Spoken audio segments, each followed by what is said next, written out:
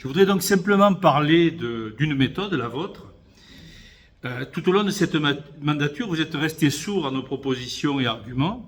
Alors certes, il est normal que vous ne partagiez pas sur nombre de sujets notre point de vue, et c'est d'ailleurs sainement ce qui fait le débat démocratique. Et c'est d'ailleurs ce qui fait aussi naturellement que vous êtes de droite et que nous sommes de gauche.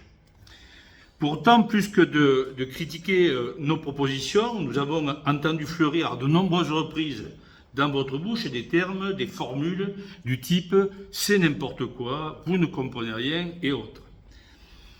Cette façon de réagir nous interpelle. Autant le désaccord est entendable, autant le mépris l'est moins.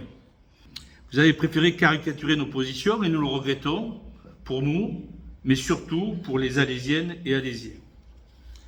Au lendemain de l'élection de 2020, nous étions dans l'état d'esprit de jouer le rôle d'une opposition constructive. Mais encore pour construire ensemble, faut-il que cette volonté soit partagée. Au-delà de vos déclarations de tribune, ni de droite ni de gauche, de droche, où 1 + 1 = 3, il faut mettre ces déclarations en adéquation avec ces actes. Et la seule façon de faire, dans le contexte contraint que j'ai évoqué, c'est en permanence de revenir à la source de ce qui fait que nous sommes en responsabilité, la légitimité populaire. À aucun moment, vous n'avez consulté les Alésiennes et les Alésiens sur le bien fondé de vos choix. À aucun moment, vous n'êtes revenus devant eux. Je l'ai déjà dit, s'il est un moment crucial dans la vie d'une commune, c'est celui de l'élaboration de son budget, et vous l'avez fait remarquer vous-même. Vous faites le choix de l'élaborer de manière comptable, sans nous écouter, sans écouter les Alésiennes et Alésiens. C'est pour moi une erreur.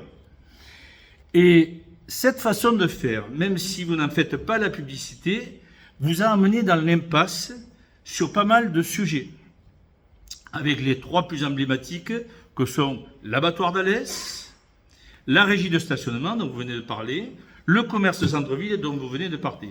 Vous ont fait aussi abandonner d'autres dispositifs que vous aviez expérimentés. Je parle du permis de louer sur des quartiers qui en ont pourtant tellement besoin et qui font que vous n'êtes pas à la hauteur sur des sujets comme la défense de la poste de Tamaris et qui vous font aussi nier contre toute évidence la problématique des PFAS de Solvay.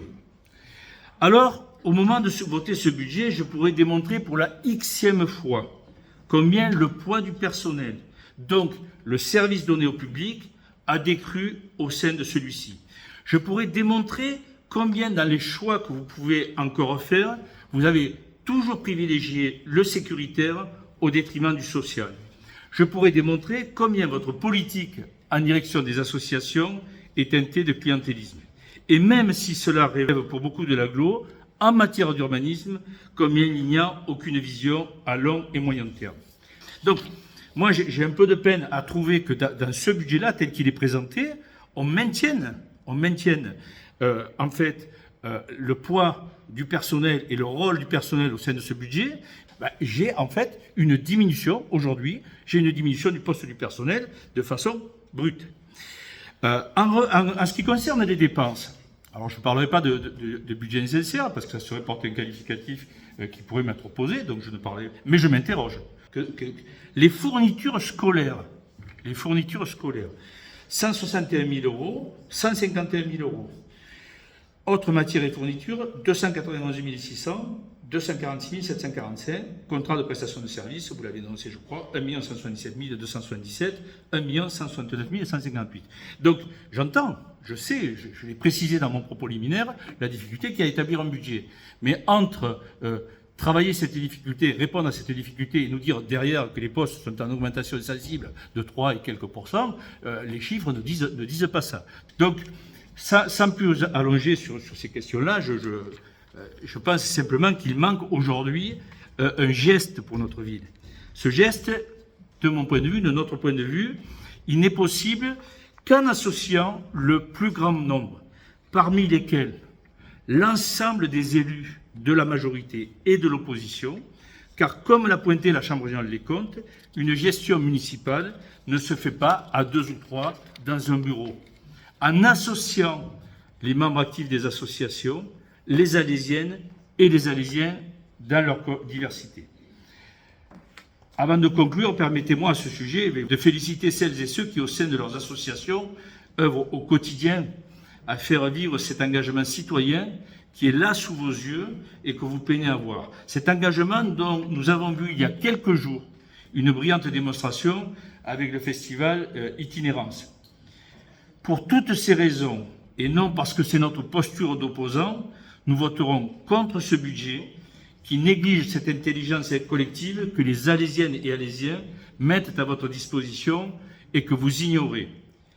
L'ingéniosité que vous affichez en slogan, il est grand temps de la mettre en œuvre. Pour notre part, nous y sommes prêts. Je vous remercie.